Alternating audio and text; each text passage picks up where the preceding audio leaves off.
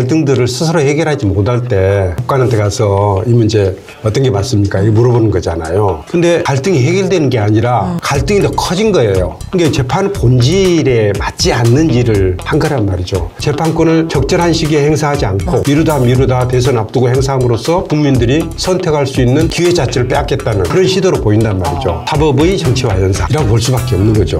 나는 대법원장도 국민들이 선출해야 된다고 봅니다. 지금 현재는 대통령이 임명을 하니까 자기를 임명해준 대통령한테 충성하는 거죠. 그 권력을 정작 위임해준, 근본적으로 위임해준 국민들한테 충성을 해야 되는데 대법원장이라는 자리를 준 대통령이 고마운 사람이 되는 거죠. 여러분 안녕하십니까? 뉴스앤톡의 집요한 토크쇼 시작합니다.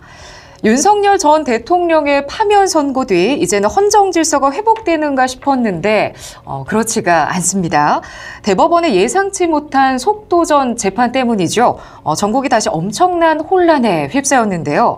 오늘은 더불어민주당 전 세종시 당위원장이자 세종시장을 지낸 이춘희 고려대 특임 교수를 만나서 이야기 나눠보겠습니다. 교수님 안녕하세요. 안녕하세요. 반갑습니다. 네, 반갑습니다. 먼저 대법원이 내놓은 기습적인 이재명 후보의 선거법 위반 상고심 선고, 우리 교수님께서 어떻게 보십니까? 우선 적절치 않은 일 같아요. 첫째, 이제 재판이라는 게 기본적으로 이 사회에서 발생하는 여러 가지 갈등들이 있잖아요. 그런 갈등들을 스스로 해결하지 못할 때 법관한테 가서 이 문제 어떤 게 맞습니까? 이거 물어보는 거잖아요. 그러면은 이제 재판관이 다 판결해 준단 말이죠. 그럼 정리가 돼야 돼요. 그러니까 재판은 갈등을 해결하는 일이란 말이죠. 근데 이번에 재판을 하고 나니까 갈등이 해결되는 게 아니라 갈등이 더 커진 거예요. 확산된 거예요. 그러니까 재판 본질에 맞지 않는 일을 한 거란 말이죠. 두 번째는 우리가 이제 민주공화국이고 우리 모든 권력은 국민으로부터 나오는 겁니다. 공직자들은 국민으로부터 그 권력을 위임받아서 행사하는 거죠. 그러니까 뭐 대통령이 됐든 총리가 됐든 국회의원이 됐든 심지어 대법원장이나 대법관이 됐든 결국 그 사람들이 행사하는 권력, 이것은 국민으로부터 나온다는 얘기죠. 그러니까 대법원이 사법부가 존재하는 이유는 뭐냐? 국민의 기본권을 제대로 지켜주기 위해서 국민들을 위해서 복무하는 일을 하는 거란 말이죠. 뭐 어떻게 하느냐? 재판을 통해서 하는 거죠. 재판을 통해서 하는데 국민의 기본권이 이번에 가장 큰 기본권이 뭐냐면은 자신들이 가지고 있는, 국민이 가지고 있는 권력을 누구한테 위임할 것인가를 결정을 하는데 그 선택을 할 수가 있어야 되잖아요. 근데 선택을 하려고 하는데 후보가 나왔는데 어느 후보를 아웃시키는 거란 말이죠. 그러면은 선택을 할 수가 없는 거예요. 근데 그 후보가 누구냐? 우리 국민들이 지금 현재 여론조사를 해보면은 가장 많은 지지를 받는 후보란 말이에요. 네. 그 후보를 대법원에서 자격이 없다. 이런 식으로 결정을 하게 되면은 국민들이 선택을 할 수 있는 기회가 없어져 버리잖아요. 그럼 그렇다고 해서 법원으로 하여금 재판을 하지 말라 얘기는 아니잖아요. 지난 대선이 있은 후에 지금 3년이 지났습니다. 네. 3년이 지났는데 여태 뭐 하고 있다가 그 결론 여태 안 내고 있다가 이 대선 바로 앞도 한 달도 안 남았는데 지금 와서 갑자기 후보 아웃시키면은 우리 국민들이 선택을 어떻게 했냔 말이죠. 그래서 재판권을 행사하는 것은 국민의 기본권, 국민의 권리를 보장하기 위해서 재판을 하는 건데 국민의 권리를 하기는커녕 재판권을 적절한 시기에 행사하지 않고 미루다 대선 앞두고 행사함으로써 국민들이 선택할 수 있는 기회 자체를 빼앗겠다는 그런 시도로 보인단 말이죠. 그러니까 이것은 옳지 않은 일이다. 우리 대의 정치 기본, 정당 정치 기본에 맞지 않는 일이다. 저는 이렇게 생각을 합니다. 그렇다면 이렇게 정말 유례 없는 초스피드 선고의 배경은 무엇이 있다고 보실까요? 사법의 정치화 현상이라고 볼 수밖에 없는 거죠. 그러니까 이게 민주주의라는 게 민주주의 말 그대로 국민이 주인이라는 것 아닙니까? 우리 모든 권력이 국민으로부터 나오는 건데 이것을 국민의 선택에 어떤 식으로든지 영향을 미치겠다. 간섭을 하겠다. 심하게 얘기하면 그걸 선택 자체를 좌우하겠다. 선택권을 빼앗겠다 하는 일이기 때문에 이것은 해서는 안 될 일을 하고 있는 것이라고 보여지고 네. 그것은 좋은 의도로 우리가 받아들이기가 힘들죠. 네. 나는 대법원장도 국민들이 선출해야 된다고 봅니다.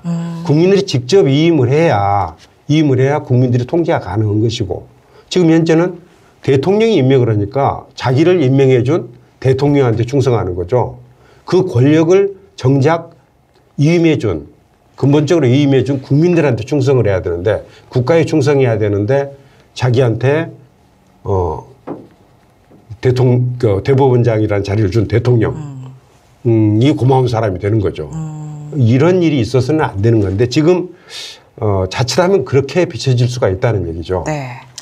이런 식으로라면 대법원장의 자리도 국민들이 줘야 한다. 왜냐하면 권력이 국민으로부터 나오는 것이고 네. 대의 정치라는 것은 국민들이 직접 그 권력을 행사할 수가 없기 때문에 그 권력을 행사할 수 있는 행사하는 사람을 뽑는 거거든요. 그게 민주주의란 말이죠. 대의 정치란 말이죠. 그런데 이제 워낙에 대통령이 임명하고 그러니까 이건 장관들이건 또는 뭐 법관들이건 이 사람들은 나를 임명한 사람 대통령이구나 이렇게 생각하는 것 같단 말이죠. 네. 그래서 우리가 국회 가면은 말이죠. 국회 가면은 다른 공직자들이 다들 쩔쩔매고 그러잖아요. 왜 그러느냐. 국회의원들은 국민으로부터 직접 권력을 위임받은 사람이기 때문에 민주공화국이라는 헌법 질서에서 그분들을 존중해 주는 겁니다. 그 국회의원들 개개인이 아주 훌륭하고 그래서 존중하는 측면도 있겠지만 그보다는 국민들로부터 직접 권력을 위임받은 당사자들이기 때문에 헌법에 의해서 위임받은 당사자고 헌법기관이기 때문에 그걸 존중할 의무가 있는 거죠. 한덕수와 김문수, 윤석열을 지우지 않은 사람들이라고 민주당은 주장하죠. 예, 김문수 후보는 의회에서 계엄 관련 사과를 하지 않아서 보수 우익의 찬사를 받았었고요. 한덕수 후보는 계엄부터 지금까지 그의 행적을 의심하는 사람들이 많은데요. 두 분의 성향이나 지금 모습 모두 윤석열 전 대통령의 그림자가 어른거리고 있다. 이런 지적에 대해서는 또 어떻게 생각하실까요? 윤석열의 비상계엄 작년 12월 3일에 있었던 비상계엄은 헌법을 위반한 것이고 법률을 위반한 것이거든요. 명백합니다. 그 명백한 사실을 헌법재판소를 통해서 확실히 판결을 받은 거죠. 그러니까 대한민국 헌법을 위반했고 법률을 위반했고 그것 때문에 탄핵이 인용돼서 파면당했단 말이죠. 그러면은 그 대통령의 유연행위, 위법행위를 하지 않도록 보좌해야 되는 사람, 대통령을 보좌해야 되는 내각에 있는 사람, 내각 책임자들, 국무총리라는 사람, 한 사람 국무총리라는 한 사람이고 네. 또 다른 한 사람은 그때 당시 국무위원으로서 장관을 하고 있었던 사람이거든요. 이 사람들이 아주 소극적으로 보더라도 대통령의 위법 유연행위를 하지 않도록 막았어야 되는데 그렇지 않은 책임이 있고 또 나중에 이제 하나하나 다 밝혀질 일입니다만은 내란 행위의 경우에 따라서는 동조했다거나 또 방조했다거나 협조했다거나 하는 그런 의심을 받고 있는 사람들 아니겠습니까? 이런 사람들이 헌법을 국헌을 준수하고 법률을 제대로 집행해야 될 책임을 맡는 최고 지도자의 자리에 가겠다. 그건 저는 그런 자격이 아예 없다고 생각을 합니다. 그걸 제대로 인정하는 기초에 의해서 이게 계엄이 잘못됐고 그때 위법 위헌행위를 막지 못한 게 우리 책임입니다 하고 국민들한테 사죄하는 게 첫 번째고 그 사죄하지도 않는다면은 지도자로서의 자격, 대한민국 최고 지도자가 되겠다는 그런 생각을 버리는 것은 물론이고 나는 대한민국 국민으로서의 자격마저도 의심해야 된다고 생각을 합니다. 결국 누가 돼도 민주당에서는 윤석열 정권의 연장을 의미하는 것이다. 윤석열 2기 정부라는 건데요. 그럼 민주당으로서는 선거 국면에서 유리할까요? 그 유불리를 따져야 될 문제가 아니죠. 옳고 그름에 관한 문제입니다. 그러니까 이게 유리하다고 해서 찬성하고 불리하다고 해서 반대하고 이럴 수 있는 문제가 아니라 이건 옳고 그름에 관한 문제고 국민들이 다 보고 있습니다. 어떤 지난 겨울을 우리가 어떻게 보냈는지 정말 많은 분들이 그 추위에 떨면서 다른 거 요구한 게 아니잖아요. 아니, 공직자들이 당연히 해야 될 헌법을 준수하고 법률을 준수하고 국민들을 위해서 봉사하는 거 그거 해달라는 얘기 아니었습니까? 그거는 우리 국민들이 특별히 요구하지 않아도 당연히 해야 될 일인데 그마저도 제대로 안 하고 있으니까 우리 국민들이 그 추운 길바닥에 나서 가지고 경우에 따라 밤새 가면서 그 어려움을 겪지 않았었습니까? 그런 일들을 한 사람들은 그런 일들에 책임이 있는 사람들은 저는 나서서는 안 된다고 봅니다. 그런 사람들이 다시 권력을 달라고 그러면은 그런 사람들은 또한테 맡긴다고 생각을 한다면은 또 다시 이런 일이 벌어진다는 얘기가 되거든요. 아, 그런 일을 해도 유연유법적인 행동을 해도 국민들이 또 뽑아주는구나. 그러면 또 다시 그럴 것 아닙니까? 우리가 제대로 친일을 청산하지 않았기 때문에 독재를 제대로 청산하지 않았기 때문에 우리가 이런 일을 겪고 있는 것이거든요. 이번을 마지막으로 해서 우리가 헌법을 유린하는 행위가 다시는 있어서는 안 된다. 우리 전에 이제 김대중 대통령께서 하신 말씀이 생각나는데 우리 이제 민주주의는 어느 정도 궤도에 올랐기 때문에 다시는 군인들이 나서가지고 총칼 들고 권력을 찬탈하는 일은 더 이상 우리 대한민국에서는 없을 겁니다. 그랬는데 그런 시도가 일어났잖아요. 그래서 정말 다시는 그런 일이 있어서는 안 되기 때문에 이번에 정말 단죄를 해야 됩니다. 한덕수 후보 이야기를 살짝 해보려고 합니다. 한덕수 후보는 호남 사람이라고 최근 강조하고 다니던데요. 그럼 그가 광주 민주화 항쟁을 광주 사태라고 지칭해서 또 논란이 됐죠. 이 교수님도 호남 사람이신데 한 후보는 서울 사람이다. 또 이렇게 하고 다녔다 하더라고요. 출신 논란 그리고 광주 사태 지칭 논란 어떻게 보실까요? 최근에 이제 광주 사태라는 표현을 썼잖아요. 네. 저는 이제 광주에서 학교를 다녔던 사람입니다. 중고등학교를 다녔던 사람인데 그 말 들으면은 광주 사람들은 마음이 아파요. 가슴이 찢어지게 아파요. 왜냐하면 그 주변에 광주 사람들은 한 달이 건너면은 주변에 그 피해를 직접적으로 입었던 사람들이 많거든요. 이제 그런 사람들 입장에서는 광주 사태라는 표현을 듣는 순간 화가 날 겁니다. 이제 최근에 우리 이재명 대표께서도 그런 말씀을 하셨는데 광주 민주화 운동, 광주 민주혁명 정신을 헌법 전문에 박아야 된다 하는 그런 얘기도 하잖아요. 그래서 이거는 역사에 대한 인식을 어떤 인식을 갖고 있느냐 하는 것을 명확히 보여주는 그런 일이라고 생각하는데 그 부분에 대해서는 저는 광주 사태라는 표현 그 자체에 대해서도 저는 좀 듣기에 좀 마음 편치가 않다. 그런 말씀 드리겠습니다. 우리 교수님께서는 그 한덕수 후보와 같이 근무를 해보신 적이 있으신가요? 네. 한덕수 후보는 어떤 사람인가요?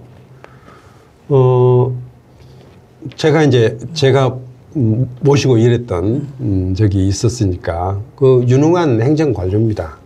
그래서 이제 행정관료로서는 이제 뭐 일을 잘했던 사람으로 기억을 하고 있는데 이제 정치인 한덕수에 대해서는 제가 잘 몰라요. 그리고 여태까지 이제 드러난 바로 보면은 어쨌든 윤석열의 비상계엄, 위법위헌적인 비상계엄의 계엄을 막지 못한 분이고 나는 그 부분에 대해서는 어쨌든 책임이 있다 생각을 합니다. 그리고 정치도 나름대로 전문성이 필요한 부분입니다. 네. 갑작스럽게 정치를 하는 게 아니고 경우에 따라서 정치를 10년, 20년 수십 년, 어쩌면 평생 해온 사람들도 있고 그러는데 이제 막 지금 막 이제 정치를 막 시작하겠다는 분 아닙니까? 그래서 정치인은 좀 아직 정치인 한덕수 이분은 평가할 거리가 아직까지는 별로 없어요. 그동안에 행정관료로서 해온 일에 대해서는 네. 평가할 거리가 있지만 정치인 한덕수에 대해서는 평가할 거리가 없는데 지금부터라도 뭐 제대로 평가할 수 있는 모습들을 비춰줘야 되는데 여태까지 볼 때는 어쨌든 윤석열의 비상계엄, 불법적인 유연적인 비상계엄에 대해서 명확히 이게 선을 그은 것도 아니다. 그 부분에 대해서 사죄를 한 것도 아니고 그래서 이제 소위 윤석열 정부의 사람이었고 지금이라도 그 선을 확실히 그어야 되는데 그런 것 같지도 않고 어찌 보면은 그 팀들이 그대로 같이 움직이는 것 같다는 그런 생각도 들고 그래서 아까 지금 말씀을 뭐 윤석열 2기 네, 윤석열 2기 정부. 그림자 뭐 이렇게 얘기를 하는데 그런 느낌을 지우지 않고서 국민들의 선택을 바란다는 것은 그거는 어불성설이다 하는 생각이 듭니다. 네. 이번 대통령 선거가 갖는 의미에 대해서 하고 싶은 말씀이 좀 많으실 것 같은데 네, 마지막으로 또 한 말씀 해주시죠. 길게 하면 안 되는 거죠. 짧게 해볼까요? 이게 대한민국 운명을 결정짓는 선거다. 그러니까 대한민국이 정말 민주주의를 제대로 완성해서 새 시대로 나아가느냐 아니면은 민주주의를 불편하게 생각하는 사람들, 수구, 기득권층의 저항에 굴복해서 역사가 퇴행하느냐 이 선택을 하게 되는 것인데 그게 결과적으로 보면은 대한민국의 앞으로 운명을 좌우하게 될 것이다 하는 생각이고요. 또 하나는 저는 세종 시민이지 네. 않습니까? 세종시장도 했고 그래서 우리 세종시의 미래와도 직결되는 선거다. 세종시가 행정수도로 완성되느냐 또 그렇지 못하느냐를 결정하는 중요한 선거다 하는 생각을 합니다. 네. 대한민국 운명을 결정하는 일이다. 맞는 말씀이시죠. 자, 6월 3일 대선을 통해서 대한민국의 민주주의가 더 빛을 발하고요. 헌정 질서가 회복되기를 바랍니다. 그리고 그 과정도 민주화, 평화의 가치 속에서 이루어지기를 진심으로 기대하겠습니다.